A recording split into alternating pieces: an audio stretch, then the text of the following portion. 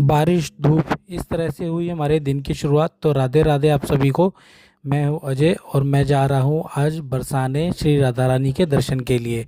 सुबह सुबह तैयार होकर के हम लोग जल्दी निकल पड़े, 8:30 बजे के आसपास राधा रानी के दर्शन के लिए। फिर बरसाने पहुंचने वाले थे और वहां पे भी बारिश हुई थोड़ी, तो बारिश पड़ने की वजह से मुझे गाड़ी अपनी पार्किंग में लगानी पड़ी, क्योंकि मंदिर की पार्किंग सुबह ही फुल हो जाती है। तो मेरे को एक बाइक रेंट करनी पड़ी, जिसकी कॉस्ट मुझे 100 रुपीज़ पड़ी थी। तो बरसाने की गलियों से होते हुए ऊपर उन्होंने मंदिर के पास में मुझको ड्रॉप किया। फिर उसके बाद हम लोग आगे जाएंगे। अभी हम बरसाने की गलियों कुंज गलियों से घूमते घूमते बरसाने मंदिर जा रहे हैं। संडे के दिन बरसाने या वृंदावन जाना अपने आप में एक टास्क होता हैगा। तो बाइक वाले ने मुझे थोड़ा पहले ही उतार दिया। उसके ऊपर की जो चढ़ाई थी मुझे पैदल करनी पड़ी।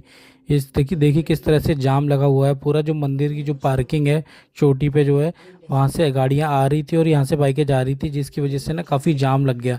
मिस मैनेजमेंट बहुत ज़्यादा है वहाँ पे राधा रानी में। वहाँ पे थोड़ा सा क्राउड मैनेजमेंट और अच्छा होना चाहिए।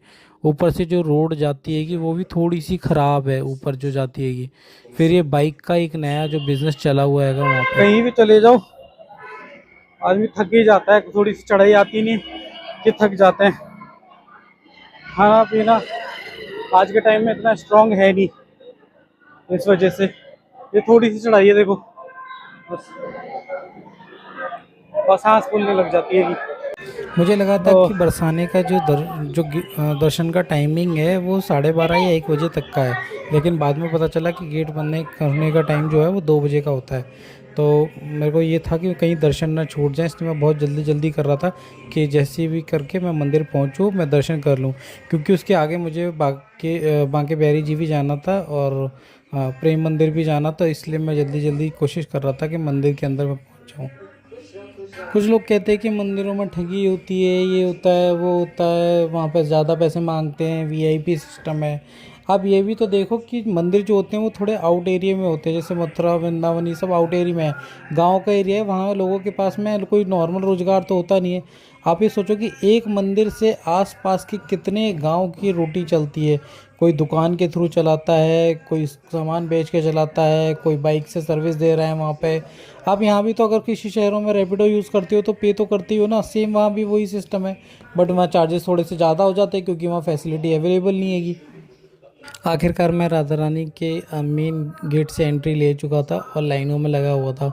गर्मी बहुत ज़्यादा थी और ऊपर से लोग परेशान भी थे। एक तो संडे का दिन होता है तो बहुत ज़्यादा भीड़ होती है, तो सेम भीड़ बहुत ज़्यादा थी, ऊपर से गर्मी भी बहुत ज़्यादा पड़ रही थी।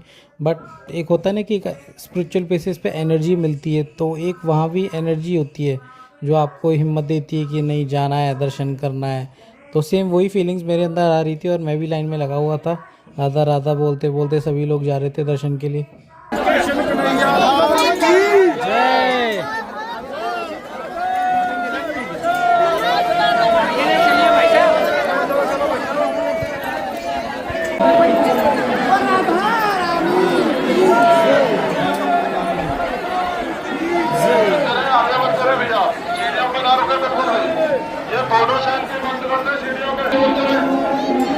कहते हैं कि दर्शन लिए नहीं जाते, दर्शन दिए जाते हैं।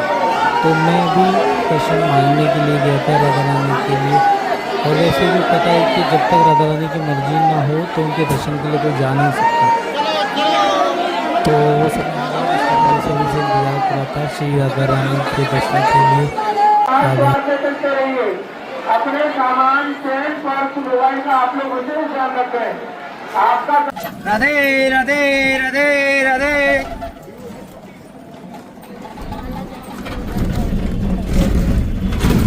वीरा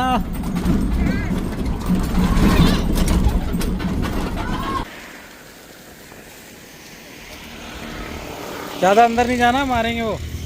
राधा रानी के बाद अब हम जा रहे हैं बांके बिहारी जी के दर्शन के लिए। अगर आप भी बांके बिहारी जी के दर्शन के लिए जाते हैं और गेट नंबर 5 से एंट्री करते हैं तो मैं बोलूँगा मत करिएगा, क्योंकि वो सबसे आखिरी की लाइन होती है और आपको ढंग से दर्शन भी नहीं होते। जो लोग वीआईपी एंट्रीज लेते हैं 5 नंबर गेट से, आप सीधे लास्ट लाइन में जाते हो और प्रॉपर दर्शन भी नहीं होते। तो आप मत लेना 5 नंबर गेट से एंट्री, नॉर्मली जाइए तो आपको बेटर दर्शन होंगे। फिर इसके बाद हम लोग प्रेम मंदिर चले गए, वहाँ पे वाटर शो देखा और फिर घर की ओर चले। राधे राधे।